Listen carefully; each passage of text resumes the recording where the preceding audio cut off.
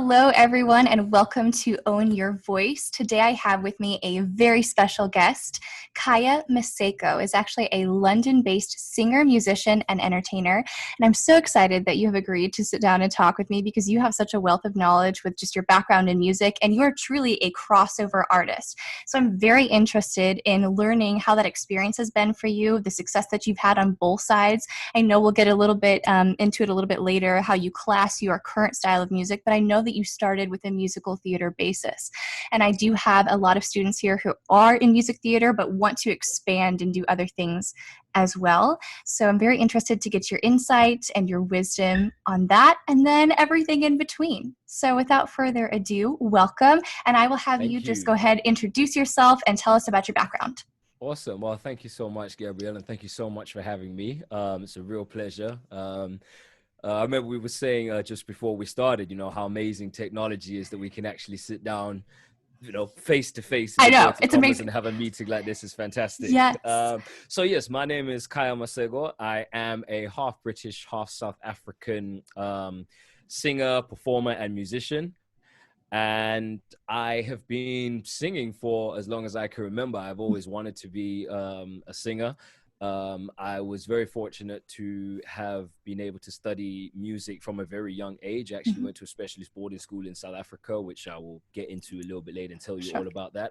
And for the past, ever since I left school, for the past 10 years or so, I have been in musical theater, most predominantly in The Lion King. And for the past about 4 years, I have been freelance gigging, doing gigs here in and around London, working at a few clubs, and also working on my own music. That's amazing. So do you DJ as well? I don't DJ, no. Okay. I saw some of your awesome pictures, and I was like, "What even is all this? It's so amazing." No, so that's one of my staple venues that I work at in London. It's called the Piano Works. And, so usually what they have is like at the end, sort of about 1 o'clock. It goes from having a full live band to having a DJ set, and then sort of to make that mesh together. That makes sense. A couple of songs with the band and the DJ together. So you would have seen me with my man Ben Saville. Yes. He's the resident DJ there, and we always have a blast doing things like that. Okay. I miss it a lot, actually. Yes, I mean, it looks like an absolute blast. So, I mean, everything that I've seen of yours looks very high energy. How would you exactly classify that music? Is it soul? Is it funk? What is it exactly? Well, my own personal, I've only released one album at the moment, one EP at the moment, which is entitled Better Late Than Never. I released that back in 2018. For that, the thing is, the whole idea behind that EP was, I know enough to be able to work on my own songs and write and compose my own songs. I play piano, I play drums. I'm able to work with, programs like Logic and Ableton and things like that.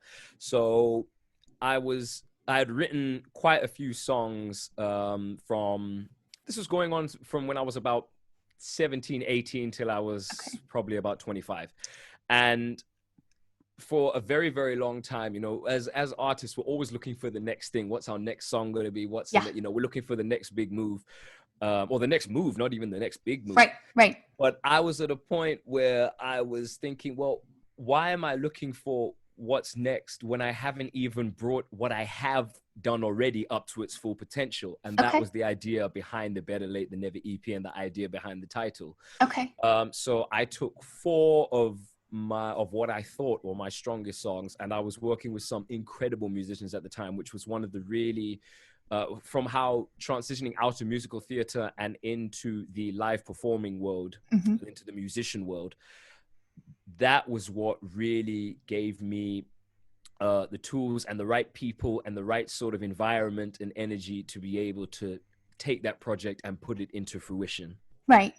And you were already composing from a young age, so you kind of had both of those worlds going already. It wasn't like this complete shift. You were already doing some of that to help you transition into that. Exactly. That was something that I wanted to transition into. When, going back to when I started in musical theater, I had no idea what I was doing. I Yeah. always knew I wanted to be a singer, and I'm pretty sure that's the case with a lot of especially the younger listeners right now, is that you want to be a singer. You love singing, you really know in your heart that this is what you want to do as a career for the rest of your life. Then there comes the issue of, well, how do I do that? Yeah. How do I convert this voice of mine, into ways of making income? Yeah. Because at the end of the day, Amen. in this day and age, that's what we need. We all need to pay rent, to put food on the table, and put petrol in our cars, or gas in our cars. Yes.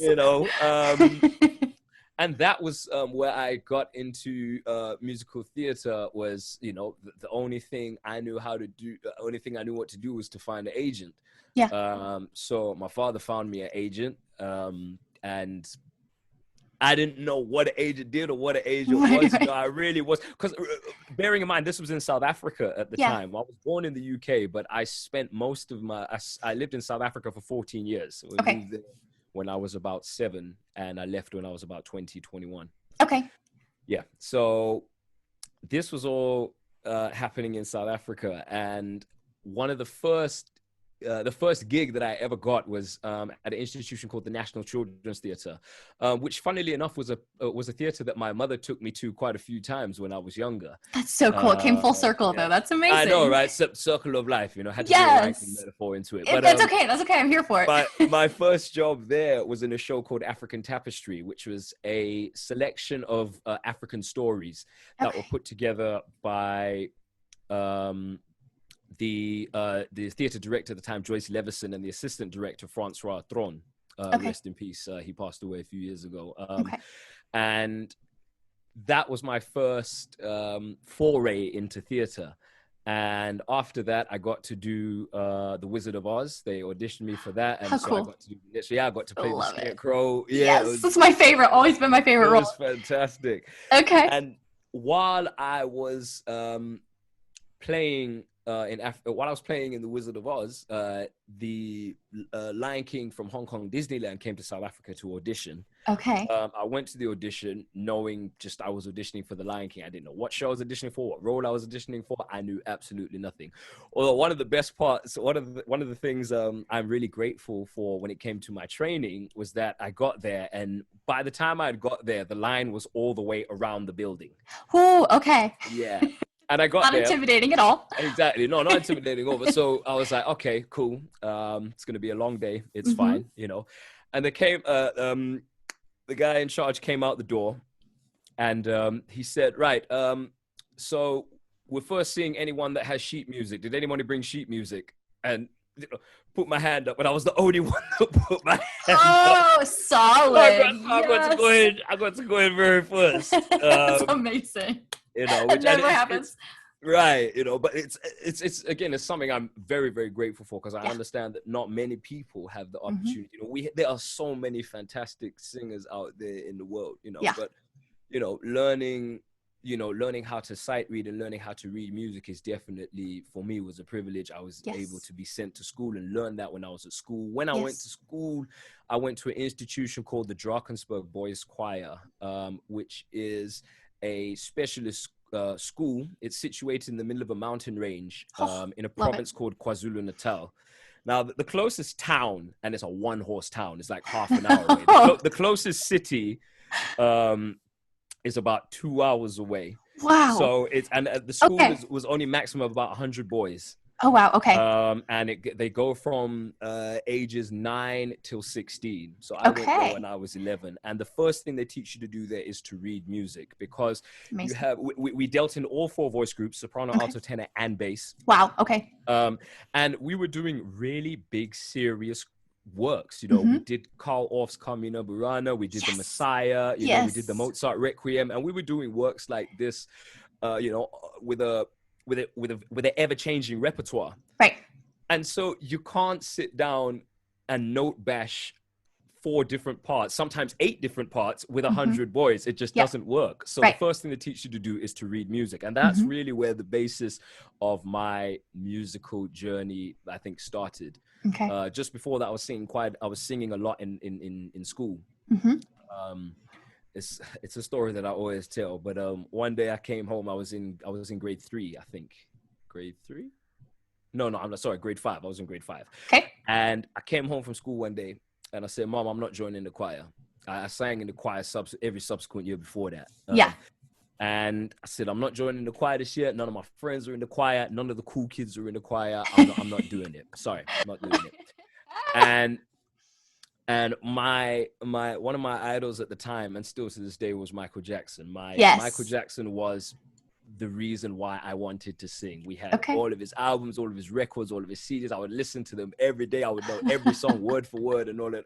And so my mom said, okay, listen, I'm fine. If that's the decision you want to make, that's fine. I accept that. But if you quit the choir, you won't be able to sing like Michael Jackson. I went back and joined the choir the next day. That's amazing. Yeah. Oh my goodness. I love that. Yeah. Okay, so he really was the idol there, the hero. Yeah. And and then later that year was when my my head teacher of the school at the time suggested that I audition for the Drakensberg Boys Choir School. He had heard me sing before in the choir. I had like a solo or solo or two in the choir. He heard me sing. He said, I think that he should go and do it. And then I spent 4 years at that school. Absolutely life-changing. I got to tour with that choir school. I toured the US. We did a 5-week tour of the US. We landed at JFK and we went in a bus from Boston all the way to Pasadena, California. Wow. Over the course of 5 weeks, singing in sort of every city and state along the way. It was incredible. That's cool. I got to tour the UK, which was great, coming back to the country of my birth, and also got to tour Japan with them. It really was an incredible experience. And they're still going today. Drakensberg Boys Choir, they are a real South African institution and doing absolutely incredible things still today.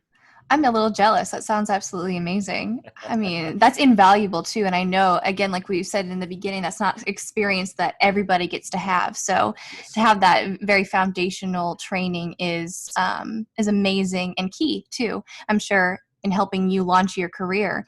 Trying to think of anything that we have here that's similar, and I can't think of anything for that age group. One choir that I don't know if they're still going, but one choir that we did actually do a couple of songs with and had we worked with the Tucson, Arizona Boys Choir. Tucson, Arizona is one of the places that we went, and they have a boys choir that's based there, sort of about a similar age group of what we were at the time. Yeah. And we never really stayed in hotels, or we stayed with host families. So, people in the communities and whatnot, they would organize, people to, some people could host just one boy. Some people could host up to as many as 6 boys, It's like the classical style of patronage system, exactly. Something like that. That's pretty cool. Exactly. I love getting the community involved. That's amazing. In the arts too. So then it's fair to say that you were classically trained early on. Yes, I was classically trained from early on. From when I was 11 years old all the way up until I finished high school at 18, I was classically trained. So then can you kind of expound upon how you use that training in your musical theater career and even what you're doing now? Yeah, it's great to be able to learn that basics, the basics of singing from a very young age, from a formative age, in a way, my body sort of grew around that, and my body developed around being a singer. Mm-hmm. And being able to switch from that sort of more classical sound to a more sort of pop sound, to a, more of a lighter sound, a light music sound, it's been invaluable to me. And yeah, it's pause moment right here. That's okay. Yeah, go for it. Yeah, some of these things are things that you haven't really thought about, like how do I use that? And, exactly. Because it's something that's always come so naturally to me. Right. It's not like you were just specifically trained in music theater, but you had that kind of foundation of how to use your voice well, and leaning in the classical style too is really leaning into that ear training and that sight singing and that understanding the foundational aspects of music. And that transfers over naturally no matter what genre you're in, because it strengthens your natural ability as a singer. Yes. So, yes. Okay.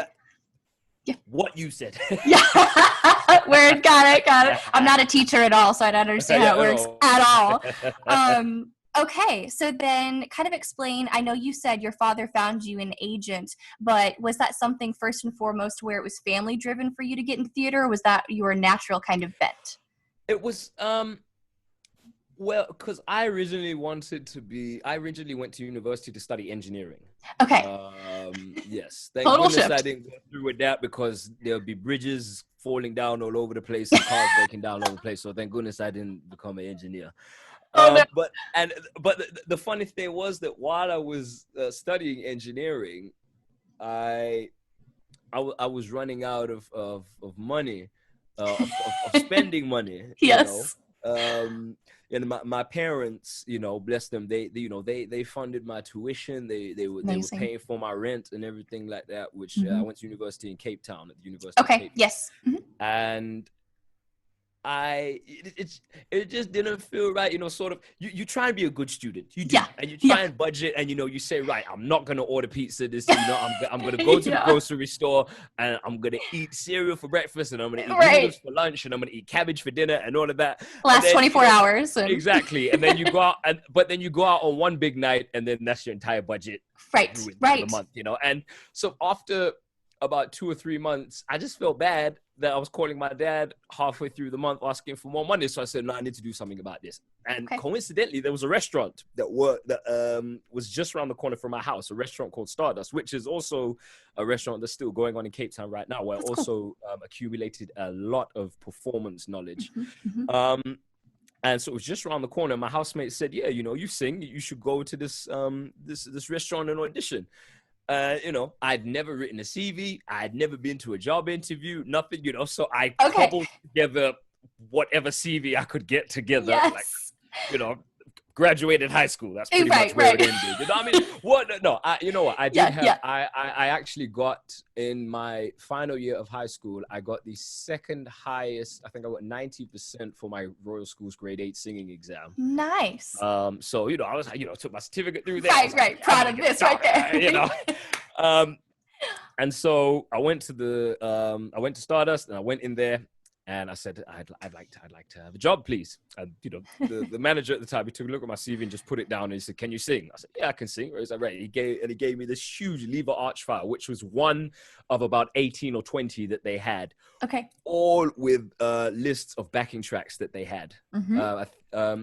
So I found a song. I think it was "Rock Around the Clock" by Bill Haley and the Comets. Yes. Yeah. Okay. That's a good one. So went in and did that, and then a few months down the line, after doing my training and all of that, I started to become, one of their key members there. I was emceeing the nights, Hmm. and Okay.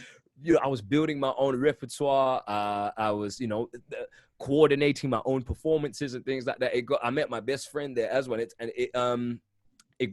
After I left university, I would go back there every year over Christmas and New Year, because that's when their season is, and Yeah. I would go and work there. So I learned so much about performing, Yeah. and that's really where my performance side grew.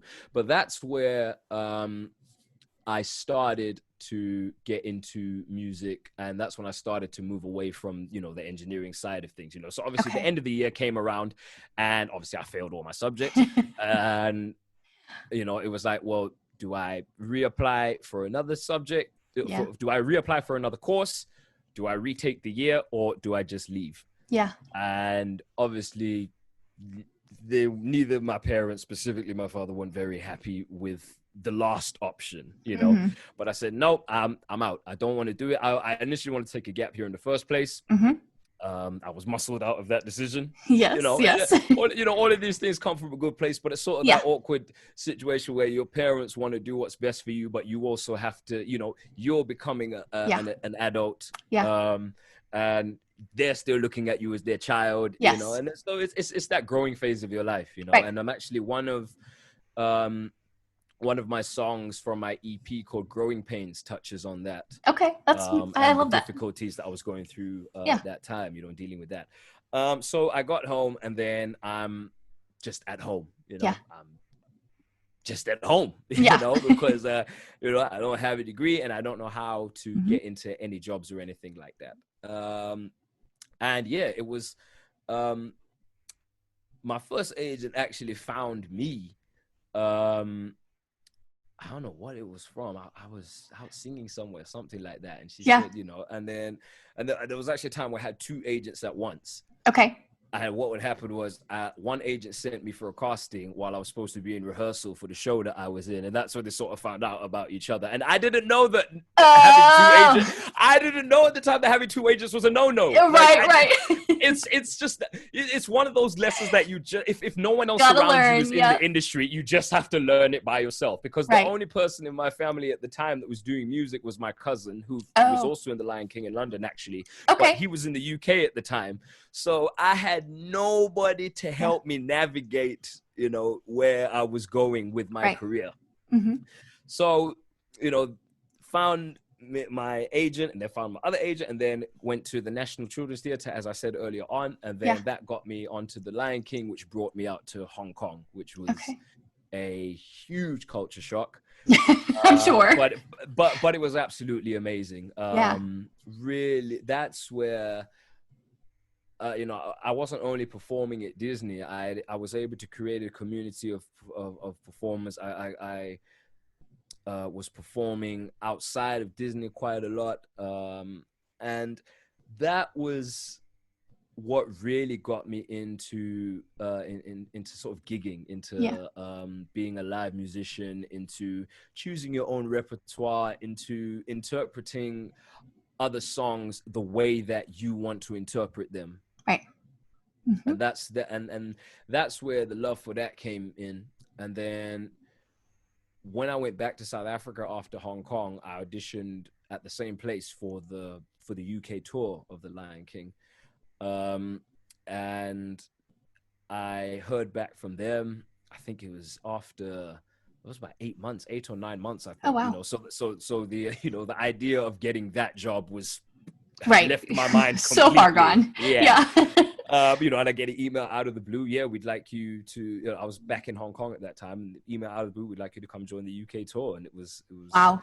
That was amazing. Got to tour the UK. Got to we were in Switzerland for 8 months as well, which was great. That's a long time. It is a long time, yeah. So, you know, The Lion King, I've been part of The Lion King in some form or another for about 6 years. So, wow. Okay, I would not have guessed that. 6 years, 3 different productions on 3 different continents. That's amazing, though. And then you get a chance to kind of grow into that role as well. Yes. And I'm sure that's expanded in a lot of different ways over the years as you've performed that, too. Yeah. You just spend a long time with the character. It's always like whenever you hear the long-running movie series that go on for like 8 to 10 years, how do you kind of leave that role behind after you're done? Absolutely. Is it a grieving process? Well, for me, it was because I was in the ensemble. I started off in the ensemble when I was on tour, and as a cover Simba. Okay. Which I actually got to do a lot of performances as Simba. Which was great. You know, developing the character, but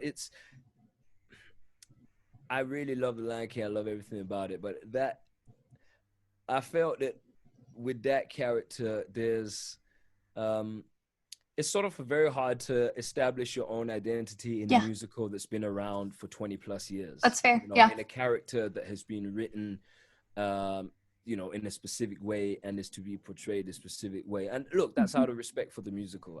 You know, and that is something that I always understood. Right. And the times that I got to play Simba, both on tour, I got to play in London as well at the Lyceum Theatre. Oh, wow. You know, which was, I think, the second production after Broadway. That was the next production to open. And my family got a chance to see me perform there. It was amazing. But after that, I said, no, I really love this show, but I really want to get out there and try and do something else, which was use my energy and use my musical knowledge, my knowledge of piano, and my knowledge of songs, to get out there and really perform the way that I want to perform, how I want to perform, and what I want to perform.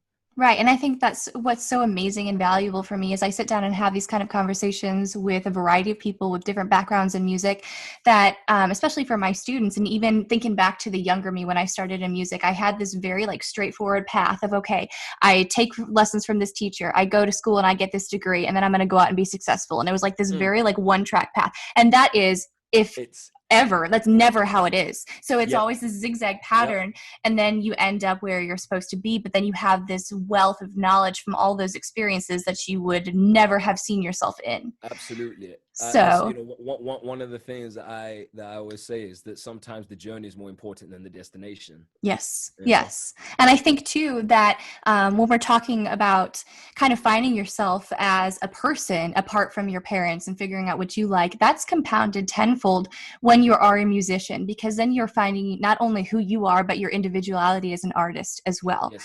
And so sometimes that's way more of a confusing growth process than just discovering yourself in a normal desk career. Not that Yeah. that wouldn't happen, but it's just a little bit more of a creative process. Well, So it's because what you do is such an integral part of yes. you. Like you cannot be separated from Mm-hmm. your voice. Mm-hmm. Mm-hmm. In a lot of other jobs, which I know nothing about, so I'm probably talking rubbish. I've never held a quote unquote normal job, but it's Right. sort of, you go to your job from Monday to Friday and you leave your desk behind, and Yeah. and that's that. Yes, you might have work that you need to bring home and whatnot, but Right. but you can't leave your voice. You can't take your voice out and put it on the shelf and Right. forget about it. It's something Mm-hmm. that's always with you and that's always a part of you. Yeah. And talking about the path, the straight path that you have planned out for yourself, but the zigzags of life Yeah. that come in. One huge zigzag and spanner in the works was actually when I had to go for vocal surgery. Yes. Yeah. Okay, so I know when I listened to another interview that you had done that you said you had a vocal cyst. Is that correct? That's correct. Yes. Okay, how long ago was that? This was in September. I first found out about it in September of 2017. Okay. Yes. And so kind of walk through the process of how you even knew that something was wrong with your voice and then going through that surgery process. Okay, so I was performing. I was performing and gigging about four or five times a week. Wow. From doing sets from 9 o'clock till 1 in the morning.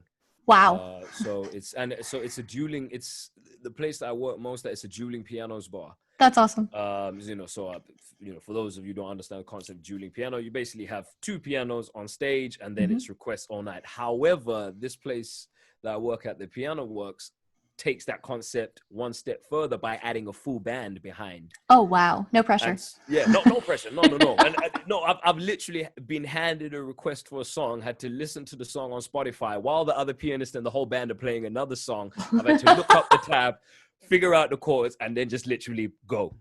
That's intense. And the incredible team of musicians that work there, that's what we have to do. Yeah. And that's really why I think I cut my teeth as a musician. That's where Absolutely. You have no choice but to. baptism by fire, Yes. yeah, Yes. a baptism of fire, sorry, trial by fire. That's it. Yes. That But too. anyway, so I'm working there, I'm singing, and things just aren't feeling right. My voice is getting fatigued a lot quicker. My falsetto register was nowhere to be found. Okay. I couldn't sing as high as I used to, and just things weren't coming out as consistently Mm-hmm. as I was used to them coming out. Mm-hmm. And I know what vocal fatigue feels like, Yeah. because I'd been to ear, nose, and throat specialists before. Mm-hmm. In Hong Kong, I'd been to a few. I know what swelling of the vocal cords feels like, from vocal overuse, not necessarily strain, but Right. this felt different. And I said, Okay. something's wrong. And my local hospital in the borough of Lewisham, where I was born and where my mother lives now, Mm-hmm. happened to house the top the top ENT facility in the UK. Wow. And part of that was an institute called the Voice Clinic, which is solely dedicated to vocal rehabilitation and sorting out vocal problems for people like singers who use their voice as part of their daily life. You know, they also work with people like teachers. So I went to them and I said, listen, this is what I'm feeling. This is what I do. And they, you know, they took an assessment of, you know, who I am and what I do, how much I'm singing per week and things like that. And so I went for the endoscopy. They put the camera down my throat. They pulled it out, printed it out. And the doctor turned to me and said, right. And he held up a picture of my vocal cords and he says, there it is, clear as day. You've got a cyst on your vocal cord. And as Dr. Gibbons was his name. And I appreciate how sort of almost nonchalant he was about it, because he didn't want me to panic, but I heard and saw it and my heart just fell through the floor. Yeah. Because that's your instrument. Exactly. Like what do you do? It's the thing, you know, from when I was in school, from my vocal teachers, you know, the last thing you ever want as a singer is nodules or cysts or any sort of type of growths on your vocal cords. Right. And I remember just thinking, like, is this it? Yeah. Like, what? I don't know how to do anything else except sing. Yep. I've devoted my entire life to this craft, and is it now all going to disappear because of this? Like, what's going to happen? Am I going to be able to sing again? And even if I am I going to be able to sing as well as I, you know, as I sung before? Is this going to leave me vocally, you know, vocally handicapped, for lack of a better term, you know? And you know, him doing what he does, he's obviously dealt with this type of thing before, you know, which was why he was so relaxed about it. And I, you know, of course I appreciate that. But, you know, when someone's telling you, you know, to be calm and whatnot, you know, your last reaction is to be calm. Absolutely. So sort of took a second to process, and he's like, listen, it's not a problem. We're going to put you under the knife. It'll be a 20-minute operation, and I'm just going to cut it out. Simple. Wow. And I looked back at him. I said, really? It's that simple? Really? Yeah. Really? I'm sorry. You're going to put me on the operating table. You're going to put me to sleep. You're going to stick a knife down my throat and just slice my vocal cords out. Yes. Glad it's so easy for you. Right. But you know, the fact of the matter is, that's what he does. The same way that I've devoted my life to singing, he's devoted his life to taking people's voices. Well, that's a level of trust that you have to have too, though. It is. Wow. And you know, so I said, okay. I said, what's the procedure going to be? He said, well, I'm going to see when they have a time open in the operating theater.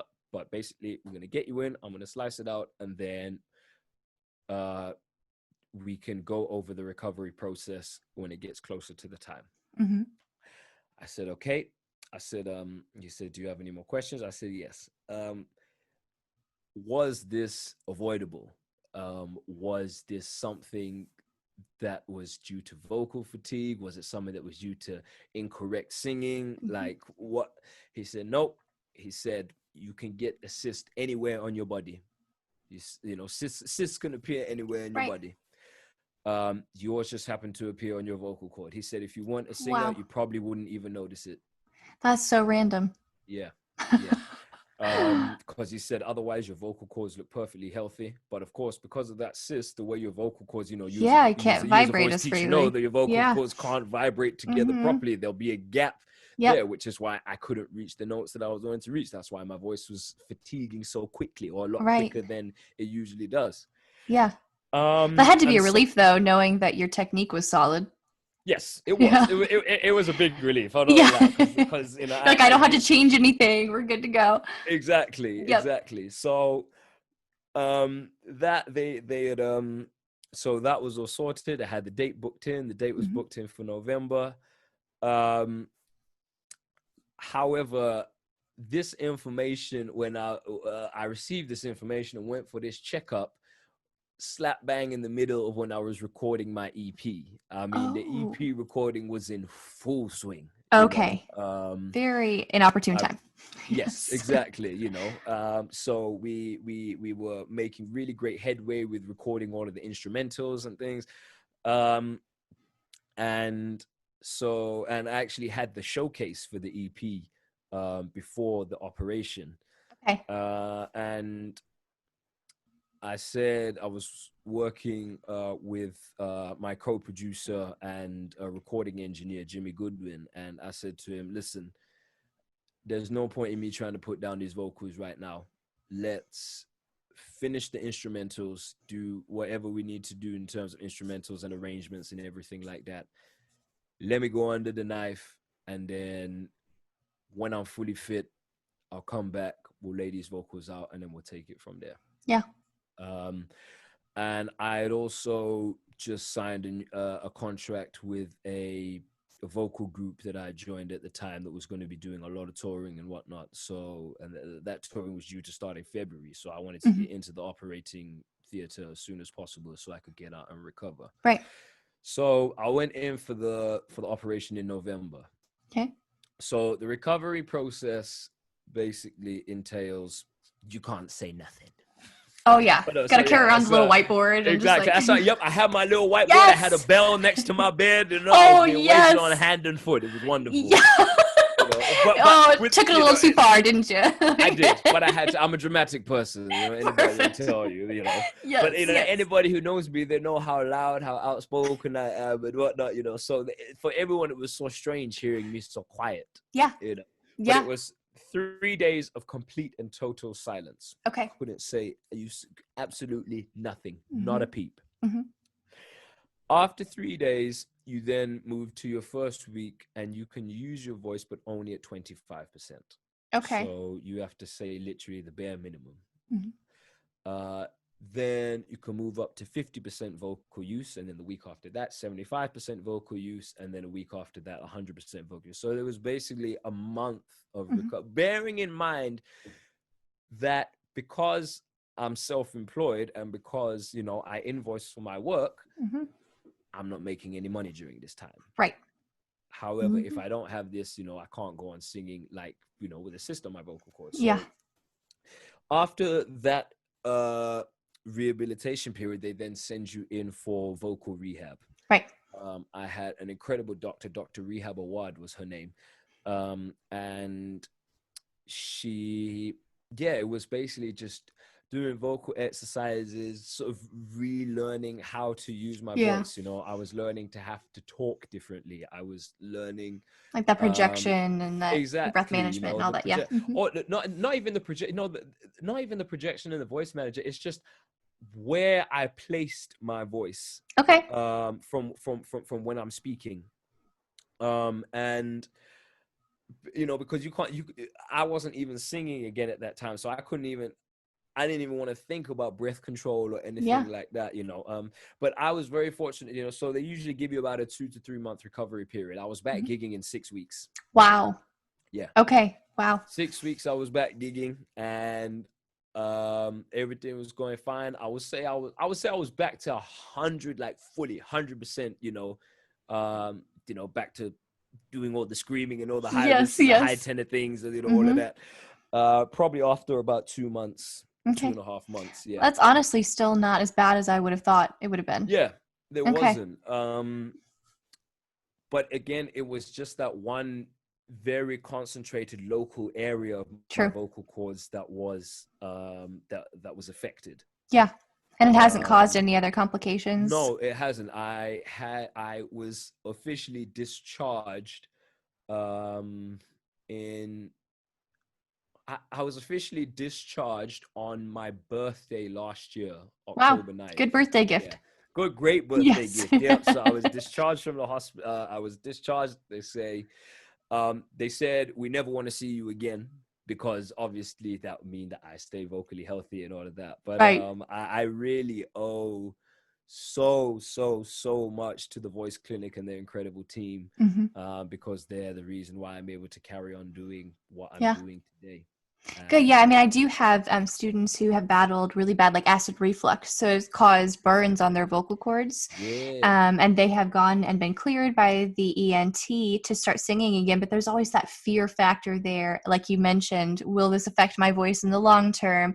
Will I yeah, always sound this hoarse and this scratchy? Will I be able to get my vocal flexibility back? And yeah, it's really cool to see them kind of grow through that process and not even realize that they're starting to use their voice back to their full capacity and be like, see, I knew you exactly, could do it again. And then they're all like exactly. self-conscious, like, Exactly.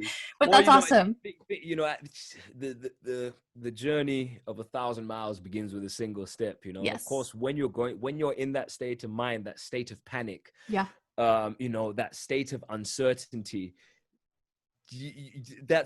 all the time you're going to be thinking. That's what you're going to be thinking. Will I be able to sing like this again? Will Right. I be able to? But you know, the more time you give yourself, and when you just allow, you know, the professionals or whoever's helping you out with this recovery process, if you just trust their knowledge, Yeah. trust their wisdom, and trust your body to Yeah. heal itself, because the vocal cord, like any other, you know, it's just a muscle. Hmm. Like any, you know, when you know, you sprain your ankle, or you tear a ligament, you know, Right. you don't just get up and start running again. You know, it Right. takes time, and then before you know it, you forgot that your vocal cords were even affected, or that Right. ligament was even affected. Right. Right. That's awesome. So yeah, thank you for that little boost for them. No worries. No, That's gonna be awesome. I want my story to be able to help people. You know, I don't think it's a very fascinating or important story, but anybody that I It can goes a help long way though, in that through that, self-confidence. So yeah. for sure, for sure. So let's kind of transition a little bit and talk about some of the projects that you are working on currently. Okay. Well, the thing, it's it's been a I mean, it's been a crazy few months, obviously, What a since we year the moved. last 6 months have been. I mean, I mean, It's if you, insane. you know, I think a lot of people might be regretting their choices, their career choices, you know, And some of them that with thought they were becoming set for singers. life, you You know what know? I mean? You know, Yeah. but Hmm. no, it's me being a very energetic performer. You know, I love the stage. I always said I was born for the stage Hmm. from when I was little. Um, and so it's been very difficult not have a stage to perform in, you know. Hmm. And I know there's live platforms and things like that you can do, but It's not the same. it's not the same, and it just doesn't do it for me. It doesn't Right. appeal to me the way that getting in front of an audience does. Right. um so but you know what, since, you know, carrying on from the story where I had my vocal surgery and the time of recovery, from that February or that January, I had the operation in November. I was back at work in January. From that January, the time I started going back to work, I was going non-stop. 2019 was the most hectic year Yeah. of my life. Hmm. 28, yeah. I was touring. I was, you know, did a tour of the US. I was doing quite a lot of cruise ship work, and Oh, that's very travel intense. right. You know, as a guest entertainer, so Hmm. traveling all over the world, you know, on different cruise ships. And then when I wasn't doing that, I was back in London and I was doing my regular gigs here. Wow, that's a So lot. you know, I was singing first tenor Hmm. in a classical singing group, you know, so doing what, you know, doing things like Nessun Dorma, Wow. you know, Karama Ben, you know, so, you know, Hmm. doing the top lines of all of that, Right. you know, while being on air conditioned ships and air conditioned airplanes. And, you Yeah. know, over the summer, everywhere is air conditioned, you know, Right. which air conditioning is a singer's worst enemy. Yes. Um, and then plus on top of that, you know, I was gigging and, you Hmm. know, I was auditioning and I was recording and I was doing so much. So this whole lockdown situation really gave me a chance to just sit down and reflect and reassess where I'm at, Yeah. because a few weeks in to the lockdown, when I was back at home, I actually took the opportunity. I rebuilt my entire studio setup, Okay. um, which was definitely needed, because everything that it was sort of all over the place. So I was able to consolidate all of my things into Nice. the one space that you see behind here, which has really helped my workflow. Hmm. But I was recording myself, you know, just on my phone, you know, to, you know, oh, maybe I should post this on Instagram, trying some content. And Right. listening back to myself, I really didn't like what I heard. Okay. And that wasn't talking about voice quality. It was just I just been singing and going for so long and singing the same, not only having the same repertoire bedded in, but then also, with taking requests all night, seeing completely different repertoire. I don't think my voice was burnt out, but I just didn't like what I heard Yeah. when I played it back to myself. Mm-hmm. And so I really had to go back and assess, okay, figure out where my voice is at right now, Mm-hmm. figure out, what's wrong and why am I not sounding the way that I want to sound. Mm-hmm. Even my pitching, like my pitching had just gone completely out the window. Okay. And that was, it's something that, not an excuse, but you can get away with it on a live gig, Yeah. because no one's listening back to anything on a live gig, Right. and when it's when it's a room packed full of people, it's it's different. Mm-hmm. But getting myself on a proper condenser microphone and listening to myself back, It'll and shock you it real will, fast. listen, preach. You can isolate your voice. You're like, whoa, like, who is fast. that? Exactly. It'll shock you real fast. Yes, it will. I know that well. And so that's when I was like, okay, I'll take a step back here, Mm-hmm. and I just got to reassess, and whenever I'm singing, really paying attention to what I'm singing, Yes. because when you gain so much, at the end of the day, it's, while we love what we do, when performing, it can become like any other job. Yeah. You just going through the motions. Yep. We all have our daily problems, or Mm-hmm. things that we're going through, but we have to, at the end of the day, get up on that stage and make the Yes. people feel good, and we have to be able to represent what the music that we're singing represents. Mm-hmm. So sort of the smile and wave thing, isn't it? Yes. So even though I could be singing the happiest song in the world, but inside I could be torn apart, I could be grieving, and that's sort of where things can fall by the wayside, and you can sort of lose your technique, and so that was it. My singing for that entire year, while financially and career-wise it was extremely rewarding, Mm-hmm. I hadn't taken the time out to sit with my voice Mm-hmm. and sit with myself, Mm-hmm. just me and my voice, not sharing it with anybody else, and say, right, let's take it back. Yeah. Let's reassess. Let's refocus, so that when all of this is all over, I can go back out again and do what I'm doing. Absolutely. So after I had done that, I got invited to work on a project with a musician friend of mine called Phil D. He is a South African musician who is working at Hong Kong Disneyland right now. We never worked there at the same time, but we got to know each other through the community of that. Mm-hmm. He is going to be releasing a new track, I think at the end of this month, and then I'm going to be featuring on the remix of that track. So I'm working on that. The track is called Tired. Okay. Amen. Yep. And so Phil D Music is his Instagram handle. Okay. So that I'm busy recording the vocals for that project right now, and then I'm also working on my next single. I haven't released anything since my EP launch, which was just over 2 years ago. Okay. And I have been very inspired by the Black Lives Matter movement, which has been happening, all over the world. And I've been going to a lot of protests, been wanting to make my voice heard. And I've been just very inspired by the movement, by the protests, and by the amount of people that are taking a stand. Yeah. And that is what inspired me to write my next single, which is called Hands Up. Okay. Which is also hopefully going to be released towards the end of next month. That's amazing. I cannot wait to hear it. Okay. Can you give a little of the story of it, or are you wanting to save it all?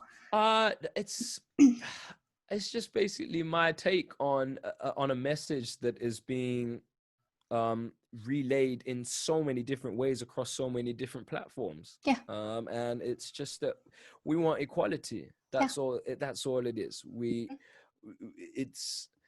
It's not a movement that is portraying Black supremacy. Right. We are not trying to say that Black lives are more important than anybody else's. Right. You know, I 100% agree with the idea of all lives matter. Right. Black Lives Matter is just serving as Black Lives Matter is just serving as a reminder that we're just not quite there yet. And it's a nice focal point because Exactly. that's the issue at hand right now. Yeah. So, Yes. you know, all lives matter is the idea that we're striving towards. Correct. 100%. Mm-hmm. Black Lives Matter is just a reminder and to make people aware that we're not quite there yet. Right. But we can get there. Mm-hmm. We will get there. Yes. And yeah, so this was just something, you know, the music, the entire production, I produced it myself. I wrote the entire thing myself. It was just really inspired by that movement. And again, just putting out a message in my own way, in the way that I want to put it out, a message that's being broadcast on so many different platforms by so many different people. Right.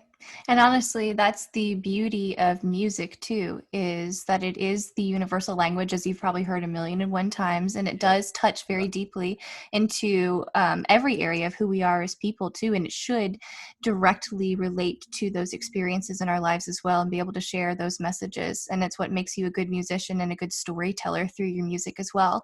And kind of relating that to own your voice, when I talk about the mission behind my business, whether it be in my studio or in my podcast, it is my little, trademark is cultivating powerful voices in music and in life. And I'm not just talking about creating powerful singers. I'm talking about creating powerful people who go out into the world and they make change and they advocate for change, because here, first and foremost, is a safe place for you to explore your voice and to discover who you are, and then be inspired to go out. And whether or not you do that with your craft or you do that as an individual, then you have all those tools that you need to be able to do that powerfully in your community. So I respect that very much. That is something I am incredibly on board with, and that is why I am so honored that you asked me to be a guest here. Because, I'm so honored that you agreed to sit down, because I love having these conversations and it's very timely and needs to be heard. Absolutely. So yeah, those are the projects that I have on the go right now. Okay. So where will we be able to find them? So you'll be able to find them. So my across all socials, my handle is at Khaya Fire. Yes. So that's, and Jermaine, the mutual friend that actually connected us, so shout out to Jermaine. Wasn't he the one that inspired you to change your socials to Khaya Fire? He told you to. He did.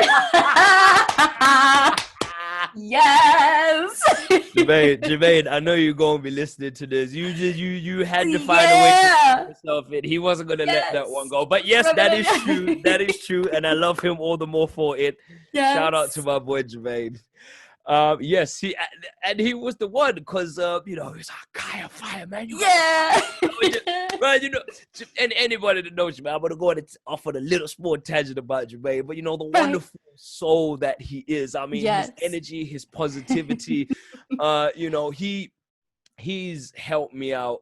And the crazy part is we really haven't known each other for that long. We've only known each other for a couple of years, but he really has become a staple part of my life and That's a amazing. Lifelong friend. And he's even in sorry to interrupt you, but to go back to him even introducing us, I actually called him up because he took from the same voice teacher that I did, and so that's how I even met him many years back. But I was on the phone with him asking him, like, hey, I'd love to have some conversations with you on the podcast and maybe do some collaborative work together. And he was like, yeah, I'd love to, but let me get you in contact with this person. I was like, oh, that sounds great. And here I'm expecting that he's going to give me like their email addresses so I can go ahead and reach out to them. No, not 5 minutes later, he calls me and he goes, you're on a 3-way call. Explain it. Pitch yourself. And here you go. Are you interested? And what happened in between? What happened in between, in the 5 minutes in between those calls, was he called me. Yes. He said, listen, I'm going to get on the phone with Gabriella. I'm going to get you on a call with her and we all go talk it out. But that's Jermaine. If I he says love he's gonna it. do something, he does it, and he commits 110%. And we need more people in Yes. the world like him. Yes. Shout out to Thank Jermaine. you. But yes, Yes. Jermaine inspired me to change my name or my handles, because all of my handles were just Khaya Music, and I was like, Yeah. it's a bit bland, so I'm going to change it. So yes, all of my socials, that's Facebook, Instagram, and Twitter, are at Khaya Fire, which is KHAYA FHAYA. Because you had to put your own spin on it too. So Oh, I love that. had to put more spin on it, you know. That's So amazing. my the name Khaya is a South African name. It actually means home. Okay. And the story behind that was my dad was in political exile when he met my mother over here in the UK. Okay. And I was born shortly before Nelson Mandela was released from prison. Okay. And my dad knew that he could go home, so that's why I'm called. Oh, that's home. beautiful. Khaya. Yeah. I love that. Yeah. I think we've gotten a little bit away in society in recent years of the profoundness of names. And I love that whenever they are so special, because you carry that with you for your entire life, and it does define part of who you are too. So I love that. I think that's beautiful. I think that's definitely a big part of not only South African, but African culture. Yeah. All names, they have a meaning. Yeah, my dad actually named me as well. My whole name means Angel of Steel. And just, like, so, and I've seen how I've kind of used that element of strength in my life too. I was like, thanks, Dad. Like, that was solid. Like, Angel of Steel. I like that. Yes. So I love that. And I think that's really meaningful. That's a really cool story to tell. Just picturing like a female version of Wolverine. Like, yes, seriously, it needs to be my logo. Shiny wings. Like, yes. It has nothing to do with music. We'll work on that on the next podcast. We'll work on that on the next podcast. Perfect. That's amazing.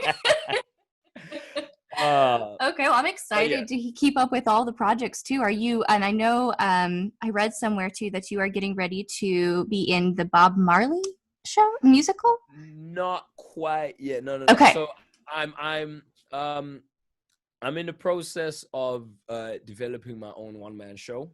Yes. So I've written the script. I'm currently working on the music. It's moved a little bit onto the back burner because of everything that's going on right now. Also, I've been taking this opportunity to redo my house. So, okay. Yep. There you go. All the excuses. I'm offering. That's okay. They're all valid. Working on that. And yeah, that's what's going on with that at the minute. And then obviously, things are sort of very up in the air in terms of any sort of auditions. Over here in the UK. Right. So we'll see what happens, but if you would like to, have, follow my career, as I said, do it now. Yes. At Khaya Fire. My website is khayamusic.co.uk, KHAYA music.co.uk. And yeah, that's pretty much where you can find me. Perfect. And I'll pop those up on the screen as well. So you guys have no excuse. You have to go follow, check it out now. None. Yes. Then when you're done listening to this, go check out my EP. Yes, absolutely. I've listened to it and it's amazing. And I love the groove. I mean, like if I have 2 left feet, I might just have 1 foot at this point. That's how bad of a dancer I am. But it made me want to get up and like groove to it. So I can't really put a genre on the EP because, as I explained, in the beginning, it was sort of music that I just took the 4 songs that I thought were the strongest, So, the first song's got a very funk vibe to it.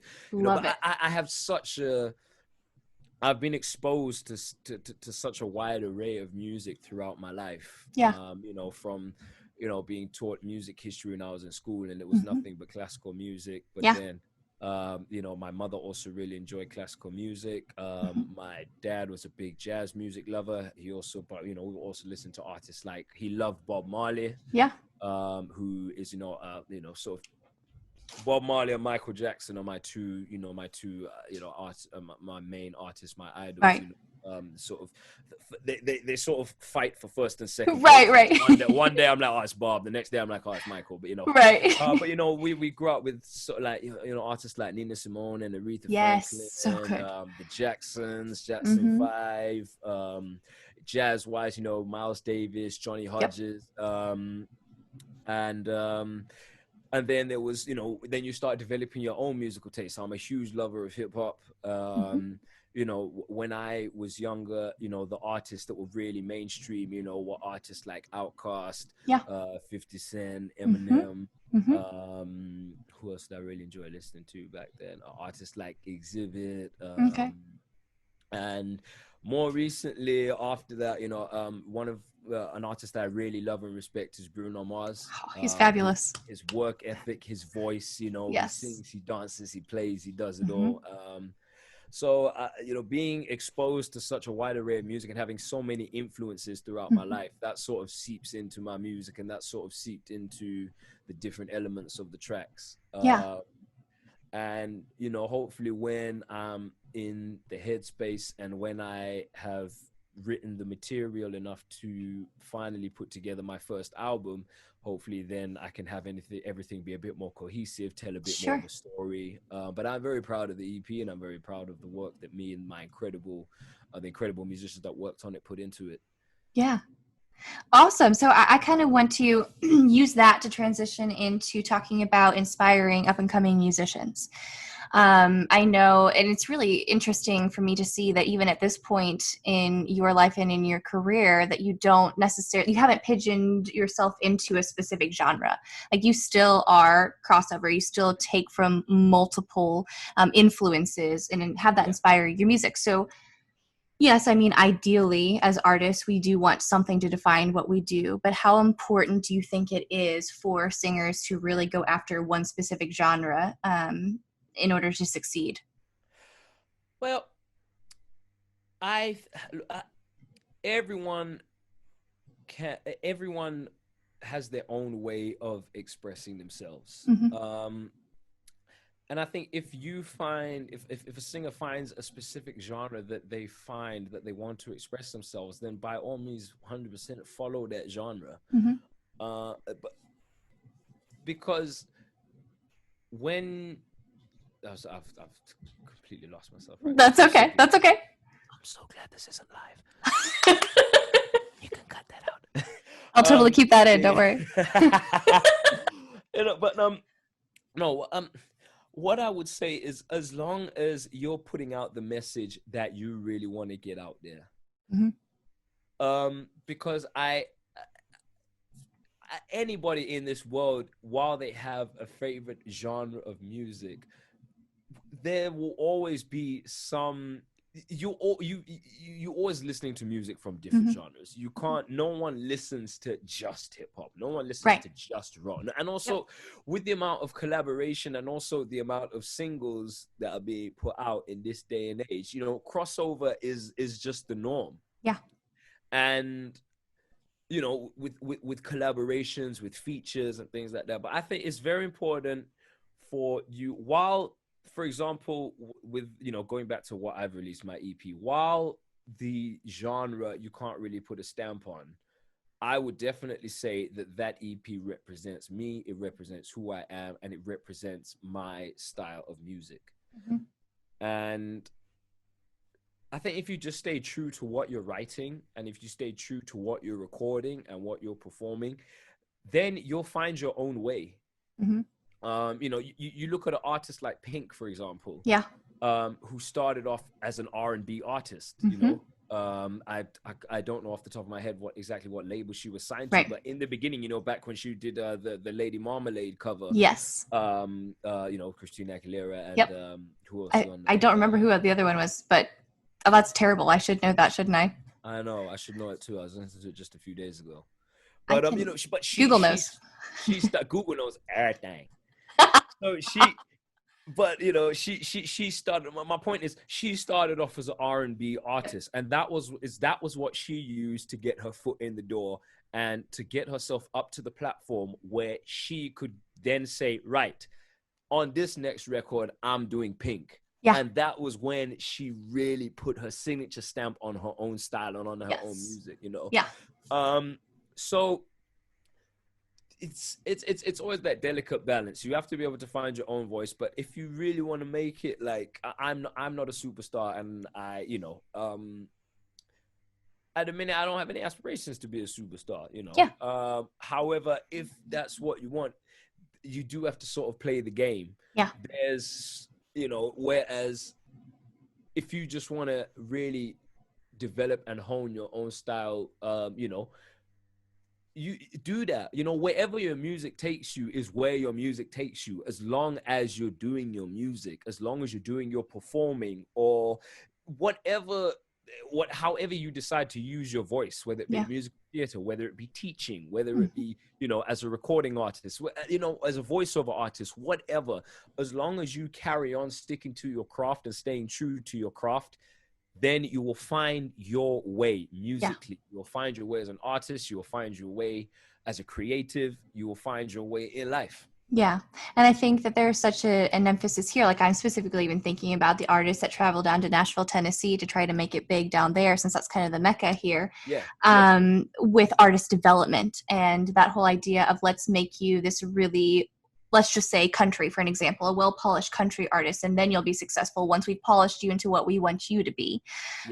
So it's so true too. Always stay true to yourself and never let somebody else tell you what your message should be, what you should look like, the type of music that you should sing. Yes, there's an element of playing the game and the networking and the political aspect of it as well, but never lose sight of yourself in the process. Yes, exactly. Exactly. Right. Because that's I think that's really the key to longevity, is staying true to yourself. And you're going to enjoy it too. I mean, who's to say you do the artist development and you become this very, stereotypical artist, but you make it big and you never enjoy the success that you have because you've lost sight of who you are as well. So there's also something to be said about redefining what success is for you.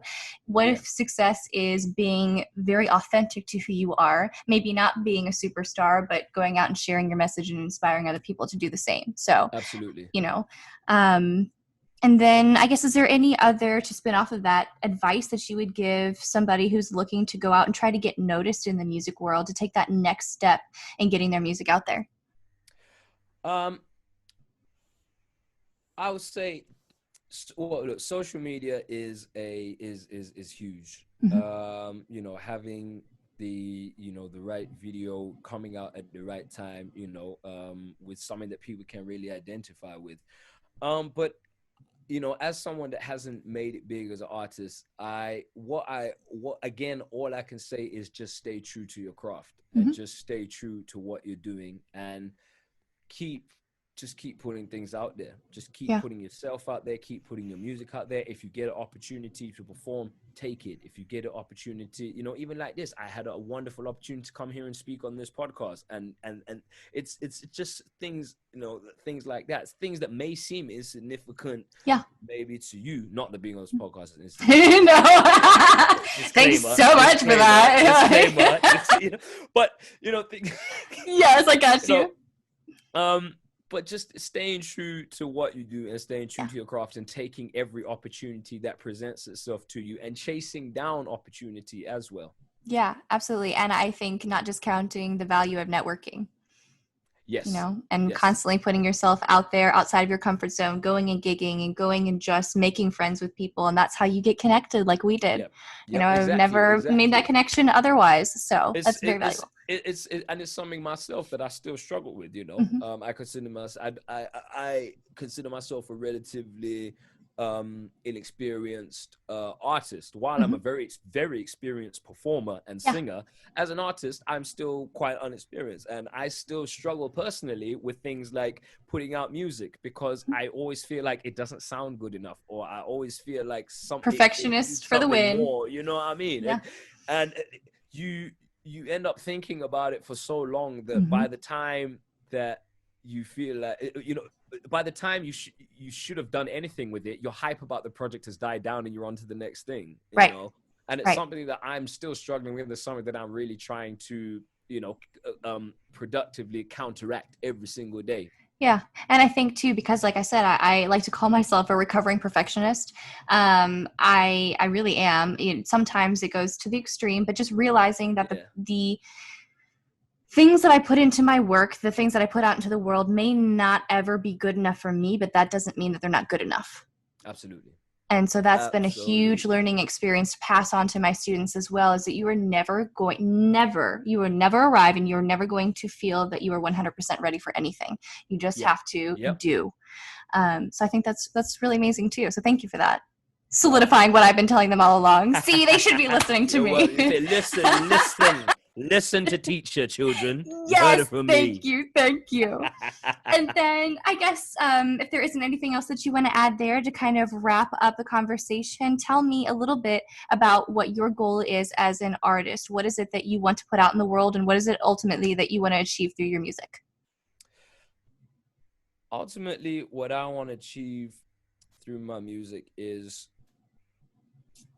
to provide, first of all, to be able to use it as a means to provide the type of lifestyle that my parents provided for me.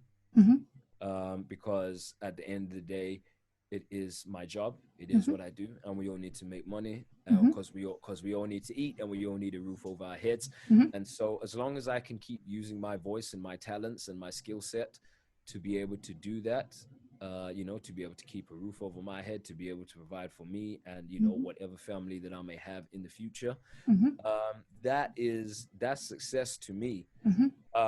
In terms of my own personal projects, I just want to keep developing my songwriting and keep working towards trying to put out really good music out there that people not only really enjoy, but people that can really identify with. Yeah. And also overcoming my own internal struggles about feeling that everything that I put out is not good enough. And that is what I would really choose to define success for me. Yeah. And, the more that you do put out there into the world creatively, that's your legacy. Yeah. Too. So being able to take and use everything that you've been given and learned and pass it on artistically and inspirationally to the world too, I think is a beautiful thing. And ultimately that's success to me. If you're able to inspire somebody else and you're able to use the gifts, for good, then, and you can pay the bills, that's it. You got it made. Exactly. You got it made. It's funny how as you get older the ideas of success change. I mean, oh yeah. When because the word success, in itself, has sort of fortune, fame tied to it. It does. When you describe someone who has made a lot of money, you describe them as successful. When you find someone that has made a lot of fame and fortune through whatever field that they go in, you define them as successful. But if you can pay your rent or pay your mortgage, that's a success. If you can provide for yourself and for your family, that is success. If you and that is what I think people need to, a lot of, especially younger people, need to understand that being successful doesn't necessarily mean you are overly rich. Of course, it's always good to have more money because it's just less things to worry about in the long run. But being able to take care of yourself and being able to take care of your friends and family and the ones that you love, and to put food on the table, have a roof over your head, doing what you do, that's success. Because there was a time where I didn't think it was possible, and there were times that I've been through as a musician and as an artist and as a singer, as a performer, where I didn't think it was possible. Times where I would have to put my rent on my credit card, because I didn't have a gig for this month, and I hope a gig comes through the next month because I need to pay off this credit card and then pay off next month's rent. So that for me is success. Right. And sometimes understanding that the things that we love to do don't necessarily have to be our day job, that we can work hard to fund that as a hobby. And that doesn't mean that you have failed. That doesn't mean that you're not successful. You are being wise, but you're still able to do what you love. Absolutely. Yes. Absolutely. Well, thank you so much for sitting down and talking to me. Honestly, I could go on forever and ever. There's so many things that I want to learn and so many things I want to ask you about, but I'm thankful for your time and what you have given to me here. Again, Khaya, all socials. Go check them now. Yes. And stay tuned for the EP. Or the Yes, new yeah, I've got single. the new single. Yes. Yes, Hands Up. Hopefully, going to be debuting next month. As soon as I have a date, it will go up on my socials, and of course, I Okay. will let you know.